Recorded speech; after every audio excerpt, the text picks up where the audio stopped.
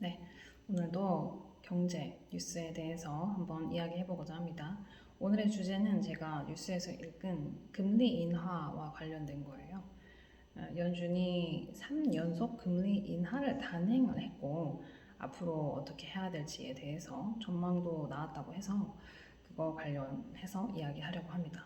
제가 사실 정말 궁금한 거는 그것이 환율에 어떤 영향을 미칠 것인가, 달러가 어떻게 될 것인지, 내년 주식시장은 어떻게 될 것이며 금과 은이 어떻게 될 것인지 사실 전 그게 궁금해요.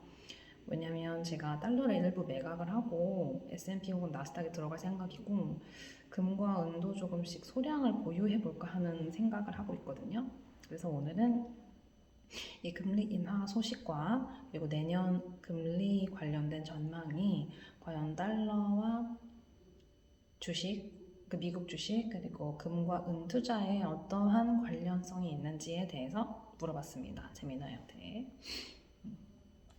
파월 의장이 중립금리 발언을 했죠. 그래서 추가 인하에 대해서는 불확실성 높은데 한 번 정도 더 인하할 것이다. 이런 식. 내년 5월까지 일을 한다고 하잖아요. 그 사이에 세 번에 더 FOMC가 있을 예정인데 잠깐만요. 세 번의 더 이제 금리를 인하할지 동결할지 인상할지 결정하는 그 회의, FOMC 회의 맞죠? 순간 헷갈렸어. 그 회의를 하게 되는데 아마도 한 번 정도 더 인하를 하고 두 번 정도는 이제 동결로 갈 가능성이 있을 것 같아요. 그래서 저는 하지만 트럼프 같은 경우는 이번에 2배는 더 인하를 했어야 한다고 말했다고 하잖아요. 그리고 내년에 파월 의장 다음에 이제 연준 의장을 하게 될 사람이 비둘기파적인 사람이고, 그래서 이제 금리를 대폭 낮출 수 있다, 공격적으로 낮출 수 있다. 그렇게 되면은 사실은 환율에 영향을 줄 거 아니에요. 그게 달러 가치에도 영향을 주니까. 그래서 저한테는 좀 중요한 정보입니다. 네.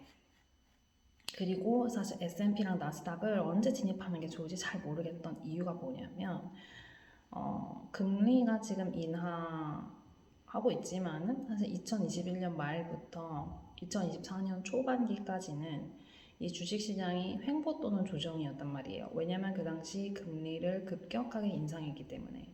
근데 지금 금리를 단계적으로 인하하는 과정에서 과연 S&P와 나스닥이 얼마만큼 더 올라갈 것인가, 조정의 시간이 오진 않을까? 이게 저는 궁금했어요.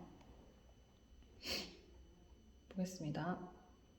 네, 2021년 말 최고점을 찍은 후 2년 이상 긴 조정 구간을 겪은 이유는 연준의 공격적인 금리 인상 때문이었다.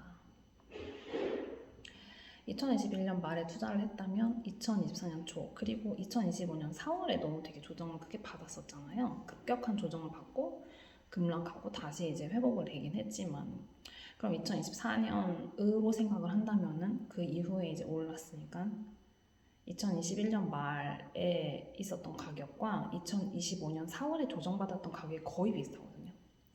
그럼 이 시기가 거의 3년 반 정도는 된단 말이에요. 그러니까 만약에 제가 그때 주식을 샀다면 계속 조정 횡보의 기간을 경험했어야 하니까 과연 지금이 진입하기 좋은 시점인지 그것은 저에겐 중요한 질문이었어요. 결국은 이제 미국 주식은 S&P나 나스닥은 장기 우상향을 할 거다라는 말이 있긴 하지만은 조정받는 기간에 들어갈 필요는 없죠. 조정 다 받고 나서 이제 상승하는 기간에 들어가는 게 좋잖아요. 그래서 이제 나스닥 같은 경우는 만약에 이제 내년에 금리 인하가 계속 지속된다면 기술주에 대한 가치 할인 압력이 줄어들어서 나스닥의 상승 잠재력이 S&P보다 크다고 표현을 하고 있어요. 네. 그리고 조정을 받았던 뭐라고 해야 되나요? S&P는 더 많이 떨어지고 나스닥 같은 경우는 좀 달랐어요. 제가 정확히 기억은 안 나는데 나스닥이 조정도 좀 덜 받았고 좀 잘 올랐던 것 같아요. 하지만 이제 조정 리스크를 피하려 완벽한 저점을 기다리는 것은 비현실적입니다. 달러를 매각하며 나스닥에 더 무게를 두고 분할 매수를 하는 것이 현명한 전략이다 이렇게 표현하고 있어요. 그러면서 이제 금리 역전이라는 표현이 나왔는데 전 사실 이게 이해가 안 됐어요. 보통 이제 장단기 금리차, 장단기 금리 역전 이런 건 들어봤어도 한국과 미국 간의 관계에서의 금리 역전 이게 뭔지 몰랐거든요. 그래서 물어보니까 원래는 이제 신흥국들이 기축통화국보다 금리가 높아야만 외국인들이 투자를 할 거 아니에요. 그 금리를 통해서 이제 이득을 보려고. 그래서 원래는 더 이제 경제적으로 강한 나라보다 경제적으로 약한 나라들이 더 많은 금리를 갖고 있어야 더 높은 금리를 가져야 되는 건데 근데 이제 지난 몇 년 동안 미국이 급격하게 금리를 상승하면서 우리는 그걸 따라잡지 못했잖아요. 가계부채 등 때문에. 그래서 원래의 어찌 보면 암묵적인 룰 같은 걸 어겼다. 그래서 금리 역전이라고 표현한다 하더라고요. 원래는 이제 미국 금리가 한국보다 낮아야 한국에게 좋은데 미국 금리가 한국보다 높은 금리 역전 상황이 지속되고 있고 금리 격차가 1.25 이번에 이제 3.5에서 3.75 사이로 3.5 그리고 3.5 그리고 한국의 금리는 네 순간 헷갈리네요. 잠깐만요. 한국 기준금리 2.5 동결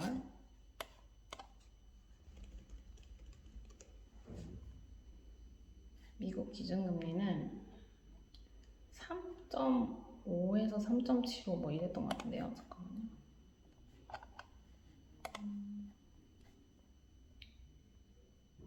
네, 3.5에서 3.75 사이. 왜 이렇게 표현하는지 모르겠네요. 그래서 이제 한국은 2.5자 보니까 1.25% 차이 난다 이렇게 표현한 것 같아요. 그래서 제가 좀 궁금했어요. 올해 환율이 1,300원대까지 갔었잖아요. 그래서 100원이 지금 올라서 1,470원대 된 거잖아요. 그래서 제가 왜 그러면 1,400원대까지 갔다가 또 급등했는가 좀 궁금했거든요. 그거는 이제 금리 인하가 기대돼서 아마 환율이 떨어졌던 것 같아요. 미국 금리 인하가 기대돼서 그럼 원화가 상대적으로 강세가 될 거니까 선반영돼서 아마도 환율이 1,300원대까지 갔던 게 아닐까. 그런데 미국 금리 인하가 지연될 거라는 그런 공포 때문에 다시금 이제 금리 역전 상황이 장기화되고 다시금 1,470원대로 100원이 오르는 그런 상황이 된 게 아니냐. 또한 미국 경제가 강하게 버티면서 달러 강세가 지지되었다. 현 시점 전망은 한국은행이 금리를 동결하고 미국만 인하하는 경우 금리 격차가 축소되어서 환율은 하락 압력을 받는 것이 원칙이다. 그러니까 원화가 상대적으로 강세가 되는 것이 원칙인 거죠. 근데 사실 이번에 이 금리 발표 나왔는데 여전히 1,470원대죠? 네, 그래서 좀 궁금했어요. 달러 투자자 입장에서는 환율이 낮아지기 전에 매각할 시점을 고민해야겠죠. 그래서 사실 저는 이제 1,400원, 1,500원대도 갈 거라는 전망 쪽에 좀 더 쏠려 있었는데 금리 만약에 인하를 공격적으로 한다고 생각하면은 달러를 좀 팔아야겠더라고요. 트럼프 대통령이 강경 비둘기파 인사를 차기 연정 의준으로 지명하며 공격적인 금리 인하 비컷을 과속화한다면 근데 그렇게 되더라도 내년 하반기긴 해요. 그죠? 달러 가치는 급격히 하락하고 환율은 급락할 수밖에 없습니다. 근데 이제 이번에도 보통 연준이 만장일치가 많이 나오는데 저번부터 한 명 반대표, 2명 반대표 하다가 이번엔 3명이나 반대표가 나왔잖아요. 2명은 동결하자 했고 한 명은 뭐였죠? 한 명은 비컷을 하자 했고 2명은 동결하자 했다. 이걸로 기억을 하는데 3명이나 반대표를 낸 거는 좀 연준 내에서도 좀 이렇게 의견이 한 곳으로 보이지 않는 그런 불일치하는 뭔가 분열되는 그런 속성들이 보이고 있다. 이런 식으로 표현했던 것 같아요. 달러 매각 시점 제한. 내년 연초부터 5월 차기 연준 의장 임명 시기 전후로 달러 매각의 결정적인 구간으로 보고 분할 매각하여 주식시장 진입 자금을 활용하는 것이 환율 급락 리스크를 관리하는 최적의 방법이다. 환율이 더 오를 것이라는 전망이지만, 근데 오르더라도 한 1,530원대 정도까지 오르지 않을까요? 1,600원을 가진 않을 거 아니에요. 그러면 오르더라도 100원도 안 오를 것 같아. 오르더라도 1,530원대 정도까지 아닐까요? 그럼 파는 게 좋을 것 같긴 해요. 진짜 너무 많이 올랐어요. 그죠? 공격적 인하 시나리오가 현실화될 경우 급락 위험이 더 크다. 그러면 다시 1,320원 막 이렇게 내려가겠죠. 하지만 그 전망을 봤을 때 1,200원대를 예상하는 사람은 거의 없었어요. 보통 많이들 예상하는 게 1,350원에서 이 1,400원대 사이 많이 예상하고 1,500원대 예상하는 사람들은 적었어요. 네, 보통 1,300원대에서 이제 1,400원 초반 쪽 왔다 갔다 할 거란 전망이 많았던 것 같아요. 네. 그 다음에 이제 금과 은 투자. 왜냐면 금과 은은 지금 최고가 지금 달리고 있잖아요. 아, 물론 금은 좀 조정을 받았는 것 같은데. 네네네. 10월에 찍고 좀 조정받았던 걸로 제가 기억을 하네요. 그래프가. 금은 안정성 확보와 추가 상승 여력. 금은 올해 내내 꾸준히 상승세를 유지했으며 살짝 조정받았죠. 10월에 제 기억으로. 단기적으로는 조정이 있었으나 장기적인 랠리 추세가 확고합니다. 투자예요. 제가 올해 초에 파이낸셜 타임스 팟캐스트에서 이제 금 투자 관련한 이야기들이 되게 자주 나왔었어요. 그러면서 근데 사실 그때 당시 그 팟캐스트를 진행한 기자들은 좀 금에 대해서 굉장히 좀 회의적인 사람들이었어요. 왜냐면 사실 금 투자를 좋아하는 사람들은 금을 비트코인 같은 성격으로 보기도 하고, 그러니까 비트코인 같은 성격이라기보다는 달러나 어떤 불안정한 경제상을 해지하는 수단으로 보는데 금을 그것을 굉장히 좀 이렇게 음모론자들 약간 이렇게 보는 것 같더라고요. 세상이 망할 거라고 생각하는 사람들이 금을 사는 걸 좋아한다 막 이러면서 약간 비웃는 것 같은 그런 톤이 있었는데 뭐 올해 계속 올랐죠. 금리 인하 환경은 달러 가치 하락을 의미하며, 근데 금리 인하가 어쨌든 천천히든 급하게든 금리 인하는 반드시 되는 거고 절대로 오르진 않잖아요. 높은 확률로 절대 오르지 않을 것이고, 동결 혹은 천천히 인하 또는 급락이죠. 금리가 급하게 인하하겠죠. 그것은 결국은 달러 가치는 이제 하락을 할 가능성이 높은데, 하지만 그럼에도 불구하고 금리가 계속 떨어졌음에도 불구하고 달러 가치는 그렇게 떨어지지 않았단 말이에요. 이는 금의 전통적 우호적입니다. 그래서 사실 올해가 재밌었던 게 모든 자산이 다 올랐잖아요. 그러니까 달러도 강세인데 금도 오르고 주식도 오르고 모든 자산이 다 올랐죠. 금은 인플레이션 해지와 지정학적 위험에 대한 안정성을 제공하므로 포트폴리오의 방어 자산으로서 일부 비중을 확보하는 것을 강력히 추천합니다. 제가 올해 4월쯤에 저는 살 생각이 없었어요. 이미 많이 올랐다고 생각했기 때문에. 근데 그때로부터도 굉장히 많이 올랐죠. 그래서 연말에 좀 금과 은을 사둘 생각이 드네요. 은은 공격적 성장 포트폴리오. 은은 이미 폭발적인 상승률을 기록했지만 특히 올해 엄청 많이 올랐던 게 17,000원대? 17불대였나 같은 그 정도 있었는데 2025년에서 갑자기 이렇게 수직 상승을 해서 60달러까지 간 거잖아요. 그래서 너무 좀 불안정한 자산이 아닌가, 다시 그 가격을 회복할 수 있지는 않을까, 이런. 만약에 그때 그 20달러 막 그런 가격을 회복하게 되면 3분의 1 도둑이 나는 건데요. 그래서 아주 소액만. 일단은 미래산업의 필수 강물이자 경기 민감형 안전자산이라는 이중적 특성 덕분에 구조적인 상승 여력이 높습니다. 트럼프발 금리 인하가 경기를 부양하고 태양광 및 AI 산업 수요가 지속된다면 산업용 은 수요는 더 폭발할 것입니다. 투자 제한. 은은 금 대비 적은 비중으로 공격적인 수익을 노리는 성장 포트폴리오로 소량 편입을 고려해야 합니다. 지금은 긴축의 끝에서 완화로 넘어가는 변곡점입니다. 그 얘기가 안 나왔네요. 제가 이거 요약하면서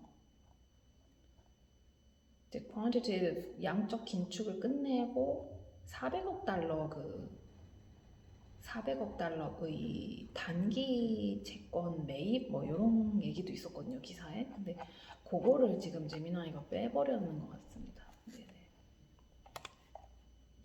그래서 완벽한 저점을 노리는 것보다 위험을 관리하는 자산 배분이 중요합니다. 달러는 내년 연초 5월 사이에 차기 연준 의장 임명식이 전후로 분할 매각하여 현금화. 그냥 연말에 파는 게 좋을 것 같아요. 1470원 대에서 파는 것도 좋은 것 같아요.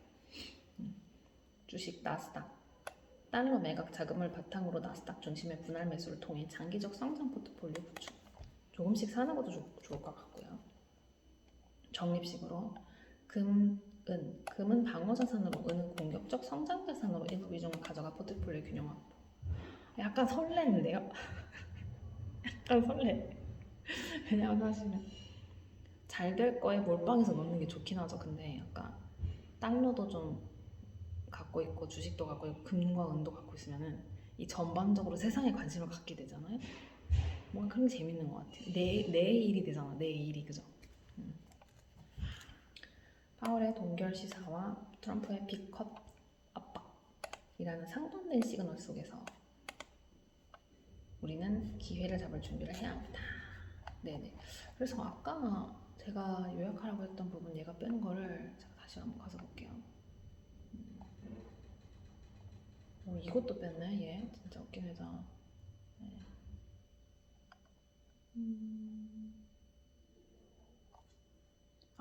맞아요. 지난 4월에 2025년 4월에 자산 조정 엄청 받았잖아요. 자산 전반적인 자산들이 다 비트코인 그리고 주식 다 조정을 받았어가지고 근데 금은 조정 안 받았죠. 그래서 제가 걔네 왜 그렇게 조정받은 거야? 내가 궁금해서 물어보니까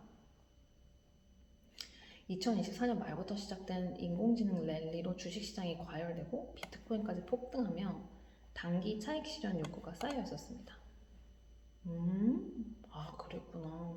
과열돼서 좀 이제 이익 실현해야 되지 않을까 이런 생각이 있었나 봐요. 그런데 4월 발표된 미국의 고용 지표와 물가 지표가 예상보다 강하게 나왔대요. 그래서 시장은 연준이 생각보다 금리 인하를 늦출 것이다. 금리 인하 지연할 것이다.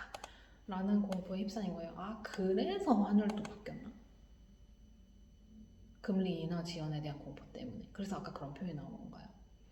이 불안감이 단기적으로 주식, 비트코인 같은 위험 자산뿐만 아니라 그러니까 주식, 비트코인 같은 자산들을 하락시켰다. 금리 인하를 늦출 것이다. 그러니까 금리 인하가 이루어져야 달러 가치는 줄어들지만은 돈을 쓰기가 편해지니까 많은 자산들을 사람들이 사게 되잖아요. 그죠? 그러니까 어찌 보면 금리 인하가 지연된다는 소식은 금 가격도 낮춰야 되는데 왜냐면 달러 가치가 떨어지지 않고 지금 상태를 유지할 거다. 그러면 사실 달러를 해지하는, 그러니까 달러의 가치가 떨어지는 것을 방어하기 위해서 금을 보유하는 건데, 그러면은 달러 가치가 이제 떨어질 그 시기가 지연된다고 생각하면은, 달러 가치가 유지된다고 생각하면 사실 금에 대한 수요가 그렇게 늘어날 필요가 없는 거네. 근데 금 가격은 계속 올랐고요.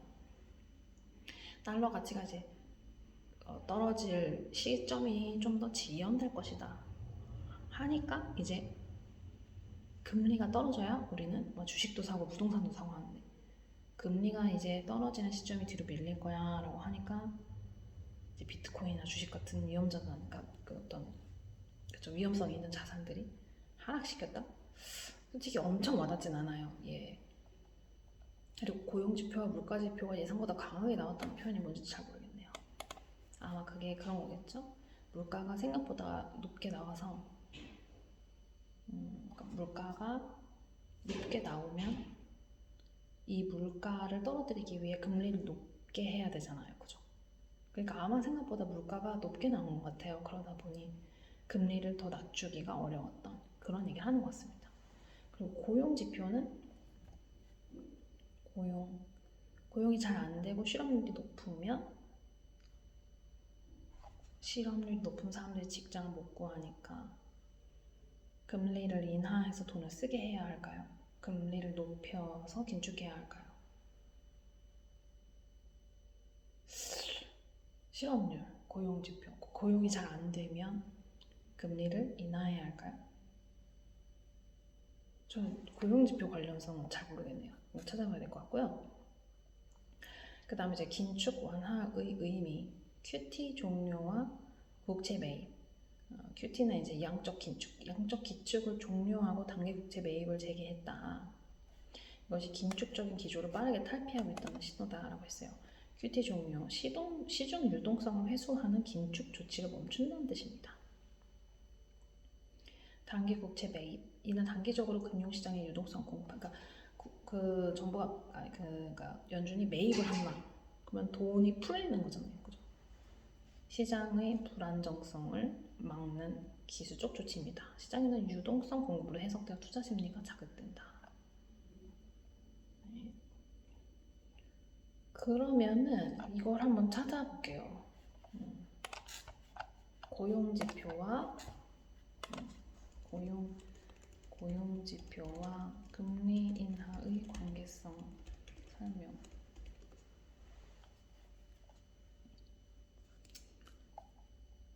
네, 미국 연준은 물가 안정과 최대 고용 달성이라는 이중 책무를 수행한대요. 이 두 목표는 상충되는 경우가 많아서 고용지표와 금리 인하 사이의 관계는 경제 상황에 따라 복합적으로 나타난다. 고용이 잘 안 되면 금리를 인하한대요.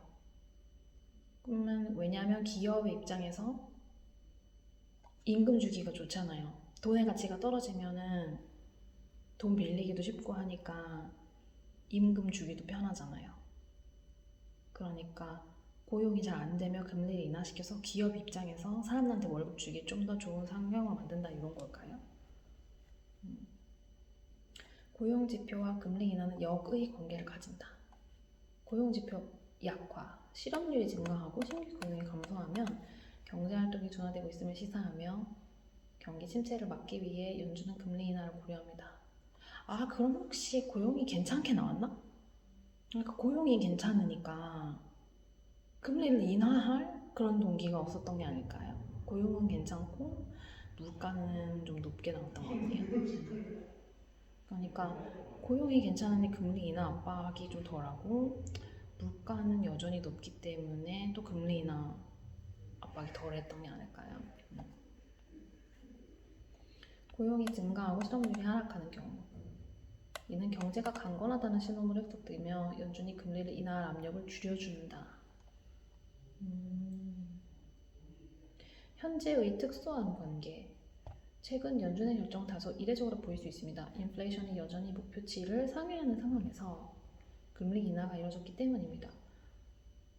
연준이 현재 고용시장의 둔화 위험을 인플레이션 우려보다 더 심각하게 판단했기 때문입니다.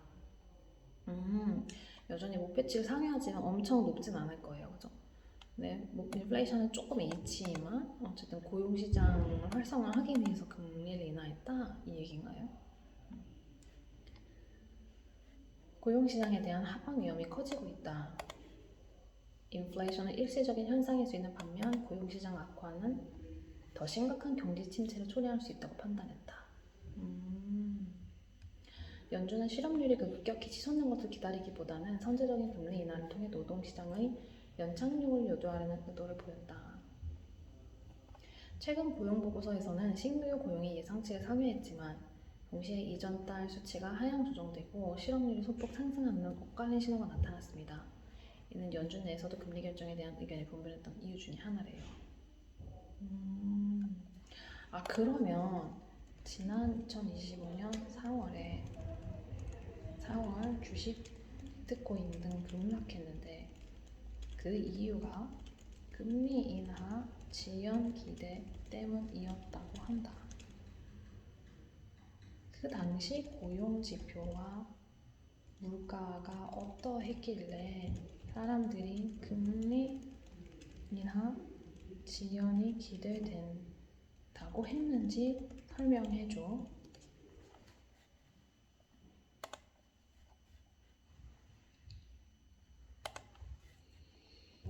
지난 2025년 4월 당시 주식 및 비트코인의 급락은 미국 고용 지표가 예상보다 강력하게 나오고, 그러니까 강력하게 나왔다는 게 뭔 말이야?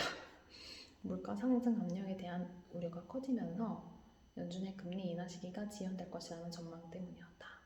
그러니까 물가 상승 압력이 있으면 금리 인하하기가 힘든 건 알겠는데 고용 지표가 강력하게 나왔다는 게 뭔 말이죠? 고용이 잘 됐다는 건가? 그럼 고용이 잘 되니까 돈의 가치를 떨어뜨릴 필요가 없어서? 맞네요. 그 표현이 예상치 상회하는 경고함이 있었대요. 2025년 4월 고용지표는 노동시장이 여전히 경고함을 시사했습니다. 이는 연준이 경기 부양을 위해 서둘러 금리를 인하할 필요가 없다는 신호로 해석되었습니다. 비농업 부문 신규 고용 4월에 17만 7천 건의 일자리가 증가하여 시장 예상치인 13만 3천 건 크게 상회했어요. 저 이거 어디서 본 것 같아요, 이 수치. 강력한 고용 수요를 나타냅니다. 실업률 4.2%로 예상치와 부합하며 안정적인 수준을 유지했습니다. 고용도 잘 되고 있고 물가도 여전히 높으니까 금리 인하 압력이 덜했구나. 이해됐다. 시간당 평균 임금 상승률은 전년 동기 대비 3.8%를 기록하며 이는 인플레이션을 상회하는 수준이었습니다. 이는 가계의 구매력을 뒷받침하지만 동시에 물가 상승 압력으로 작용할 수 있음을 시사했습니다. 임금이 상승해서 사람들이 돈을 많이 받으니까 그만큼 시장에 많이 돈이 도니까 물가 상승이 될 수 있다. 물가 지표 예상보다 낮은 수치에도 불구하고 잔존한 우려. 2025년 4월 소비자 물가지수 상승률은 둔화되었으나 시장은 잠재적 위험 요소에 주목했습니다. 물가지수는 전년 동기 대비 2.3% 상승하며 3월에 2.4%보다 소폭 하락했습니다. 2021년 2월 이후 가장 낮은 수치였대요. 근데 이제 근원 소비자 물가지수 2.8% 상승했다. 물가 상승률 자체는 예상보다 낮았지만 당시 트럼프 행정부의 관세 부과 정책이 맞다, 관세 때문에 난리였지 4월에. 향후 인플레이션을 다시 자극할 수 있다는 우려가 시장에 팽배했다. 그러니까 금리 인하를 하기 어려웠을 수 있겠다. 실제로 도매 물가 지수인 생산자 물가 지수가 7월에 예상치를 크게 상회하며 이러한 우려를 뒷받침했습니다. 이제 8월 같은 경우는 관세로 인한 인플레이션은 일시적일 거다라고 이제 제가 뉴스에서 봤거든요. 그런 식으로 생각한다고 말했다고. 시장은 강력한 고용 지표와 향후 인플레이션 재가속 우려가 결합되면서 연준이 당분간 높은 금리 수준을 유지하거나 금리 인하 시기를 늦출 것을 판단했기 때문에 돈의 가치가 대폭 떨어지지 않기 때문에 달러를 더 들고 있으려 하겠죠. 그러니까 이제 위험 자산들을 매각을 하게 된 거인 것 같네요. 기준금리가 높게 유지되면 기업의 자금 조달 비용이 증가하고 이는 주식시장의 매력도를 떨어뜨리고 비트코인 같은 위험 자산은 금리 인상기에 더 큰 타격을 받는 경향이 있어. 왜냐면 달러 가치가 높아지니까 달러를 두고 있는 게 낫잖아요. 위험 자산보다. 그럼 투자 심리가 위축되면 주가와 비트코인 가격 급락했대요. 근데 굉장히 심하게 급락을 했었다고요. 이만큼 떨어졌더라고요. 물론 몇 개월 안에 다시 오르긴 했는데 그게 다시 오를지 계속 조정받은 상태에서 행보를 할지는 사실 모르는 거잖아요. 그러니까 그때 급락했을 때 추내를 한 사람도 있겠죠. 다시 오를 거라는 걸 알았다면. 하지만 이 조정이 이 횡보가 언제까지 지속될지 모르면 사실 쉽게 들어갈 수 없었겠지만 네, 여기까지 했습니다. 그래서 오늘은 이제 매일경제, 한국경제 조금씩 보면서 금리 인하 뉴스가 제 앞으로의 투자 포트폴리오에 어떤 식으로 적용하면 좋을지 궁금해가지고 오늘 영상을 찍어봤고요. 연말 중으로 달러 좀 팔고 그걸로 나스닥을 좀 사고 금이랑 은도 좀 사면 어떨까 이런 생각을 하게 됩니다. 앞으로도 이제 뉴스 읽으면서 좀 키워드 잡아서 갑자기 누가 들어와서 키워드 잡아서 이렇게 설명하는 영상 계속 찍으려고 합니다. 관심 있으시면 구독해주세요.